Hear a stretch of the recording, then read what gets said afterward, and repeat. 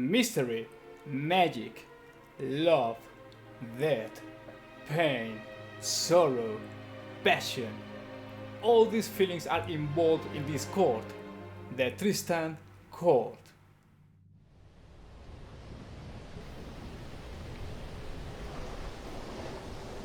Richard Wagner composed his famous opera Tristan und Isolde between the years 1857 and 1859, but it was not until the 10th of June 1865 that it was first heard in the city of Munich. No one at that time could imagine that the history of music would change forever.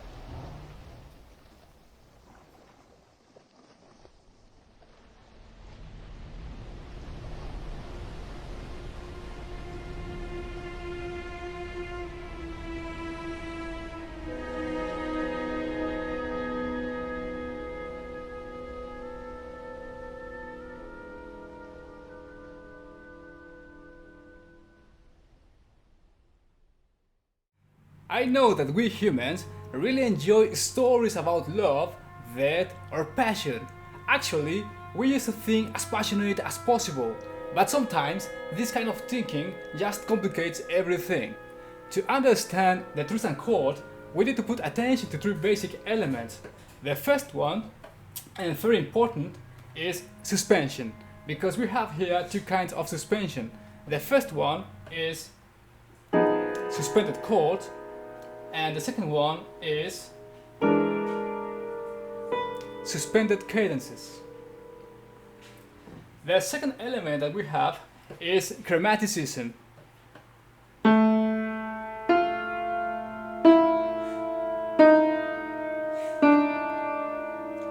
As we can see, the main voices moves in this way. The third element, and the very important one, is silence. As we know, in music, silence is very important. And here, Wagner uses it to provoke different emotions, different feelings. And also silence creates suspension. So, the Tristan chord sounds like this. We cannot define nothing yet, because we need to move forward. We need to walk in the path to know what the place is about. To understand this chord, we need to think about tonality. Which one?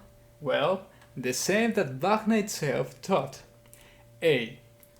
By now we are going to think about A minor, okay?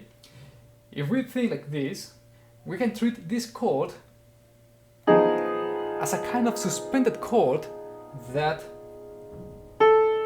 becomes a French augmented sixth. Then this chord moves forward, again some kind of suspended chord that becomes E7, a dominant. E7 is the dominant of either A major or A minor. Then what happens is a long period of silence. What does it mean? Some people think that this silence is frustration, even sexual frustration, because if we hear this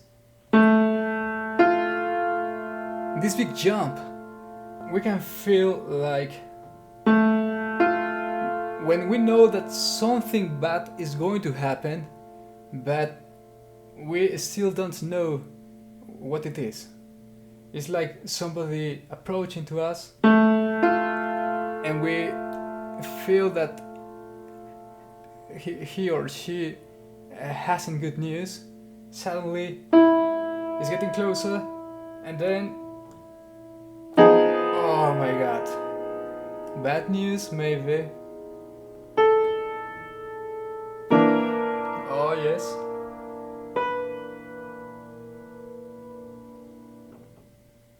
And then this long period to think about this.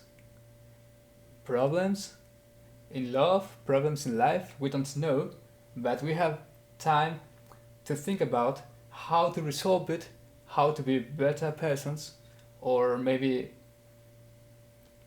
Okay, That's all.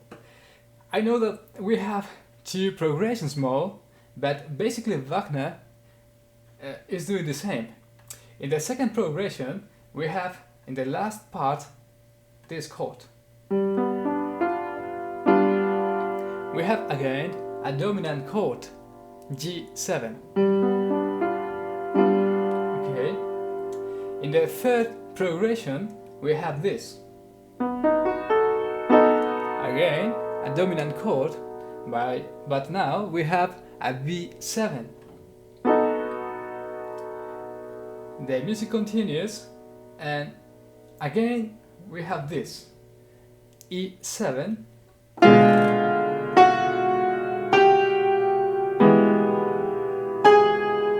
and here everything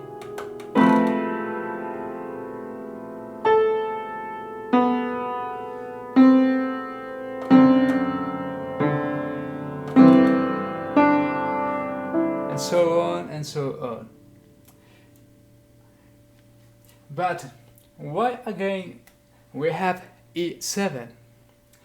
Because actually Wagner was thinking about the resolution of this chord, the resolution of these problems, and he thought in A major.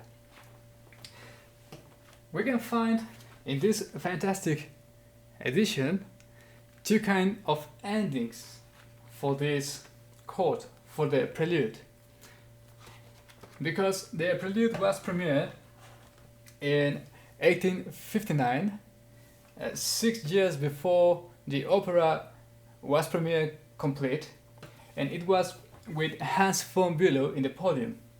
Hans von Bülow composed the first ending for this prelude, but Richard Wagner wasn't agree at all, and he says, "Okay, Hans, I want to compose my own end of this prelude, because we normally play this prelude as a concert piece, and when this happens, the normal ending is like this."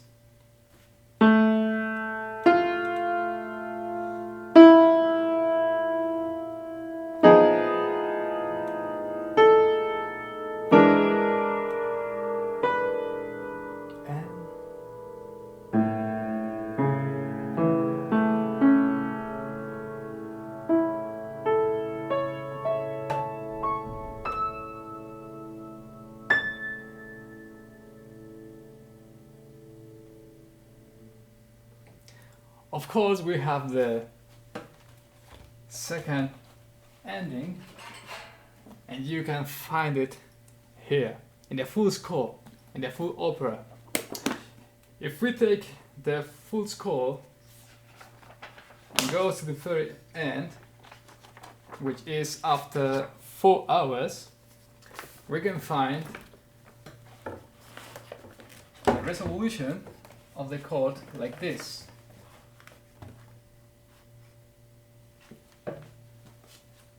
Okay.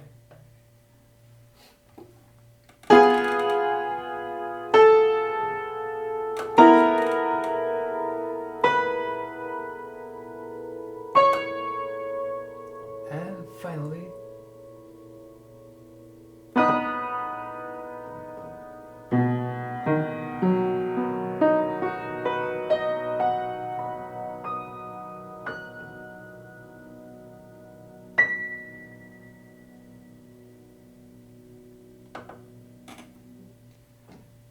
and that's how everything ends. In a major chord. What it is, happiness, the perfect love, we don't know. My name is Uriel Rodríguez, and I want to invite you to listen to Richard Wagner music. Wagner is passion. Wagner is love. Thank you.